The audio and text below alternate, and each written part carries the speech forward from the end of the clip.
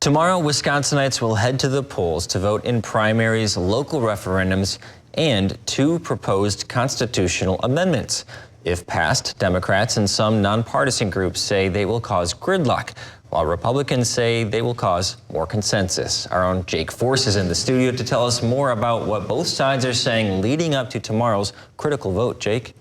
Well, Dan, as you said, the reason why Democrats and the League of Women Voters oppose these amendments is because they believe it will bog down the process of getting federal funds dispersed, especially in times of need like natural disasters or pandemics. But Republicans argue that they give the governor too much unilateral power to decide where money is being sent. We've talked with folks on both sides of the issue to learn more about how they are feeling. It doesn't really favor one side or the other. It addresses the governor, whoever the governor is, and the legislature, whoever makes up the legislature. It makes them both have to share accountability. Two referendum questions to amend Wisconsin's constitution will be on the ballot in Tuesday's primaries. If passed, one would require the governor to get legislative approval before dispersing federal money that is meant for the state. The second would prevent future legislators from giving that power away.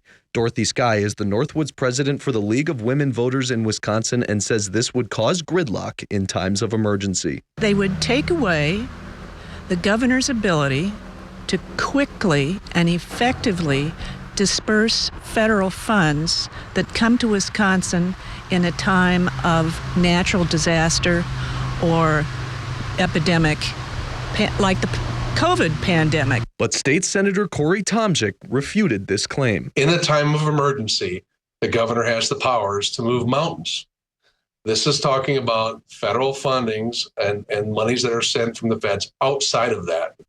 So that's just a political ploy to try to manipulate people's votes. Tomczyk explained that Republicans in the legislature drafted these amendments largely out of disapproval of how Governor Evers was allocating federal COVID relief funds. This just came to a head because of all the COVID cash that they were throwing around. Got on people's radar and said, well, this isn't right to be able to take that money and put it in places where it wasn't intended to be or to pet projects.